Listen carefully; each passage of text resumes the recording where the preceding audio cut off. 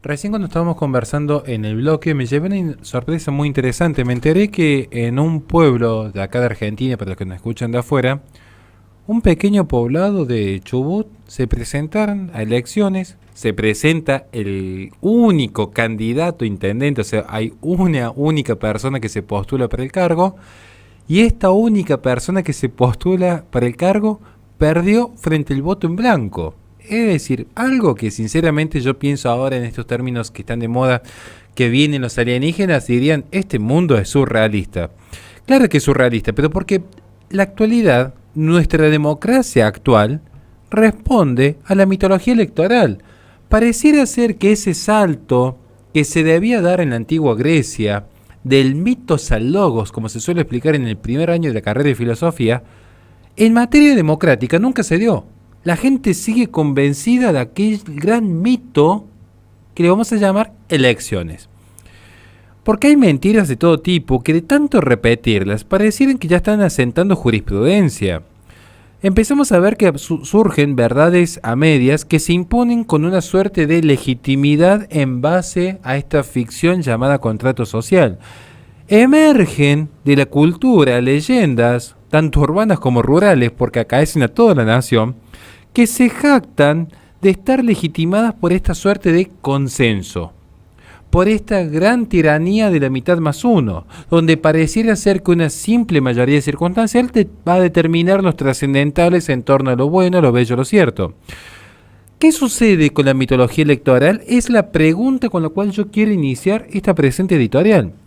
Porque uno empieza a ver que en cada elección cuentan siempre por detrás una serie de mitos que están constantemente presentes.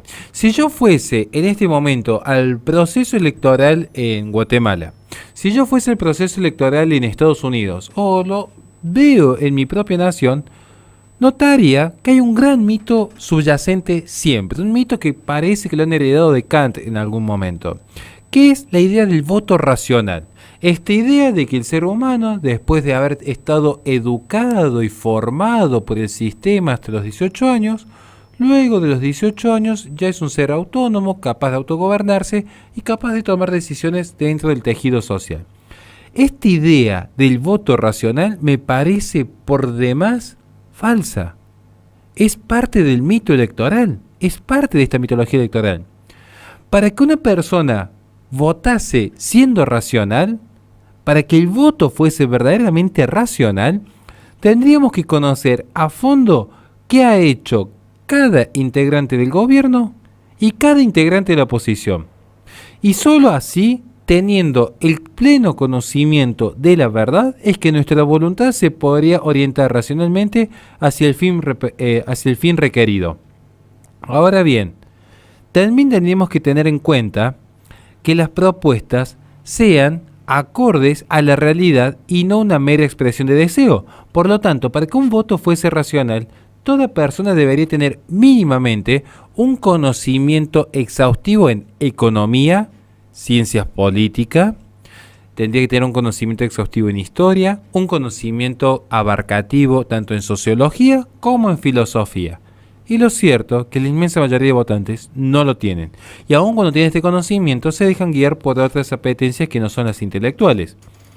El voto tiene que ver sobre todo con la parte irracional del hombre. El voto no tiene que ver tanto con el logos, entiéndase con el conocimiento, ni con el ethos, entiéndase con la ética. Tiene que ver con el pathos, con la pasión. Las personas votan principalmente a partir de la irracionalidad porque responden a esta lógica de grupo, de querer pertenecer a un determinado grupo y tratar de establecerse de acuerdo a aquellas pasiones que van dirigiendo su voluntad, y más en los tiempos modernos donde la pasión ha nublado el juicio de la voluntad y la inteligencia. Uno puede escuchar hablar a expertos, politólogos y sociólogos de que incluso votamos en contra de nuestros propios intereses, intereses de clase, intereses de género como se hablan ahora, intereses raciales.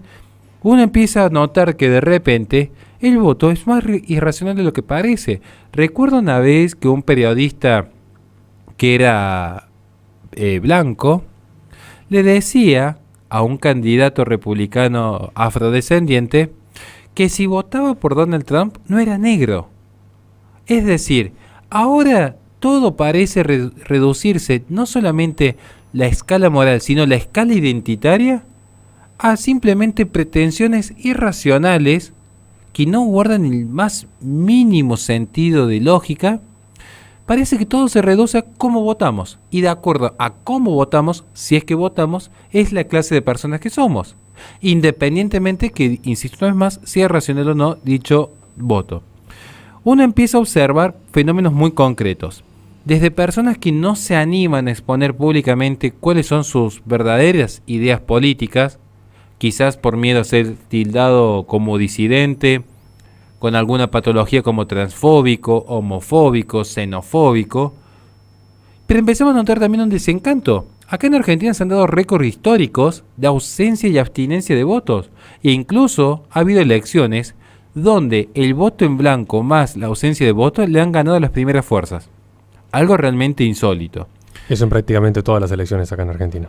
Y en ese sentido, no solamente los entendidos hablan de que cada vez más se adquiere mayor peso el famoso voto hooligan, sino que este voto hooligan parece ya legitimarse sobre la propia idea de el contrato social, esta idea de la democracia. Recuerdo cuando leí un gran libro de Hans Hermann Hoppe, La democracia, el Dios que ha fallado, y empiezo a ver lo que sucede aquí. Esta idea del hombre kantiano colisiona con esta idea del contrato social de Rousseau, donde finalmente la democracia de la libertad, la igualdad y la fraternidad de la Ilustración francesa desencadenó, por ejemplo, en gobiernos como el de Chaco, una provincia de Argentina, cuyos dirigentes no tuvieran mejor idea que asesinar a su nuera por una cuestión económica y darle de comer los chanchos. Gente que luego fue votada por la propia población del Chaco, que lo siguen sosteniendo en el poder, que hoy salen a pedir la libertad de estos seres que hicieron una fortuna millonaria a base de piquetes. Otra gran superstición, además de esta idea del voto racional, es las encuestas. Esta gran superstición, como hemos mencionado en un bloque anterior, téngase presente el experimento de Solomon Asch. Esta idea de la presión social, donde de repente, y esto está estudiado a fondo dentro de lo que es el conductismo, personas que están viendo que el rojo es rojo o que una línea es más larga que otra, están dispuestas a mentir con tal de confabularse y ser parte de aquellos que, sabiendo la verdad, decidieron mentir como parte del experimento social. Las víctimas de estos experimentos han demostrado cómo la presión social los termina induciendo a tomar decisiones que son conscientes que son falsas. Las personas que forman parte de este experimento sin saber lo que lo formaban, mentían en las encuestas, en las preguntas que se le daban, solamente para no padecer la presión social de los actores que previamente habían opinado antes que ellos.